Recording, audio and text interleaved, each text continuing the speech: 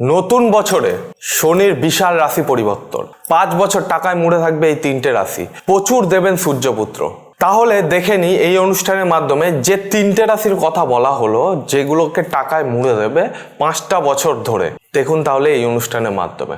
নমস্কার দর্শকবৃন্দ, আমি শ্রী দেবদূত শাস্ত্রী।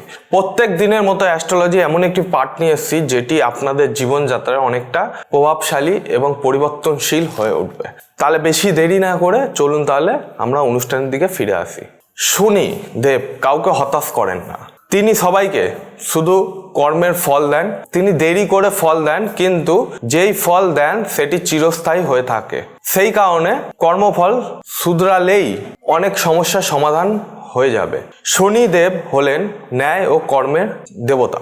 তিনি প্রতি 2.5 বছর পর নিজের রাশি থেকে পরিবর্তন করে তিনি কর্ম অনুযায়ী ফল প্রদান করে থাকে। ভগবান শ্রীকৃষ্ণ কুরুক্ষেত্রের অর্জুনকে উপদেশ দিয়েছিলেন, আমরা কাজ করে যেতে পারি, ফল আমাদের হাতে নেই। বর্তমানে শনিদেব মিনে, তিনি সব থেকে ধীর গতির গ্রহ। একটি রাশি থেকে আর একটি রাশিতে যেতে সময় লাগে 2.5 বছর। শনিদেব মিনে প্রবেশ করছে 2025-এর 27 মার্চে। 2.5 বছর কাটাবার পর 2027-এ মঙ্গলের ঘরে মেষে প্রবেশ করবেন। বর্তমানে শনি 7.5 চলছে মেষ, মিথুন, কুম্ভ রাশির উপর, আর ঢাইয়া চলছে সিংহ, বৃশ্চিক, ধনুর উপরে। সব থেকে ভালো পরিস্থিতির মধ্যে দিয়ে যাবেন এই সময়টা জাতক এবং জাতিকা। সংযত জীবনে মাধ্যমে কাঙ্ক্ষিত লক্ষ্যের দিকে পৌঁছে দিতে পারে এই শনিদেব। 2027-এ শনিদেব মহা রাশি পরিবর্তন হতে পারে। এর ফলে বিশাল উন্নতি পরিস্থিতি আসতে চলেছে। সব থেকে ভালো সময়ের মধ্যে শনি মেষে প্রবেশের ফল মেষ রাশি জাতকদের এবং জাতিকাদের 7.5 দ্বিতীয় পর্যায়ে প্রবেশ করবেন। মীন রাশির জাতক এবং জাতিকারা 7.5 তৃতীয় বা শেষ দফায় প্রবেশ করবেন। জীবনে বেশ কিছুটা অগ্নি পরীক্ষা দিতে হতে পারে জাতক এবং জাতিকাদের। শনির উচ্চ ঘর হলো তুলা ঘর। সেই কারণে সিংহ রাশি জাতক এবং জাতিকাদের জন্য শনি তেমন কষ্ট দেন না। তিনি ন্যায় ও কর্মফল দেবতা। কর্ম অনুযায়ী ফল প্রদান করেন এবং জীবনে অনেক না পাওয়ার যন্ত্রণা থেকে মুক্তি দিতে পারেন। সব থেকে কঠিন সময়ের মধ্যে দিয়ে যাবেন জাতক এবং জাতিকারা, আর ভালো সময়ের মধ্যে আরো ভালো হতে পারে। সমাজে প্রতিষ্ঠা পাবেন। এই সময় পরীক্ষা দিতে হবে, তবে একটু দেরি হলেও শনিদেব কিন্তু হতাশ করবেন না।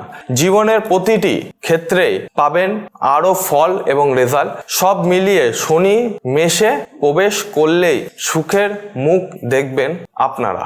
শনি মেষের প্রবেশের ফলে বৃষ রাশির জাতক এবং জাতিকারা শুরু হবে 7.5।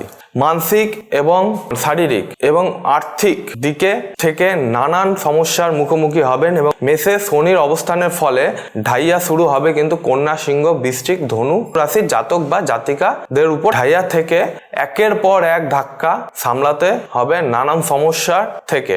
জীবনে সব থেকে ভালো অনুভূতি মধ্যে দিয়ে যাবেন জাতক এবং জাতিকারা। হারানোর ভয় নেই, লড়াই করে অর্জন করতে হবে এই সময়টাতে। ধনু রাশি জাতক এবং জাতিকারা 7.5 থেকে মুক্তি পাবেন যখন শনিদেব মেষে প্রবেশ করবে। কুম্ভ রাশির জাতক জাতিকা মানসিক শান্তি পাবেন। আটকে থাকা টাকা পয়সা পাবেন ফিরে। এবার হাতের মুঠোয় আসবে সাফল্য। জীবন হবে আগের থেকেও বেশি সৌভাগ্যশীল। নবগ্রহের মধ্যে শনি হলেন অন্যতম শক্তিশালী একটি গ্রহ। তিনি ন্যায় ও কর্মফলের দেবতা। কাজের ভিত্তিতে তিনি কিন্তু ফল প্রদান করে থাকেন এবং অত্যন্ত ধীরগতির গ্রহ।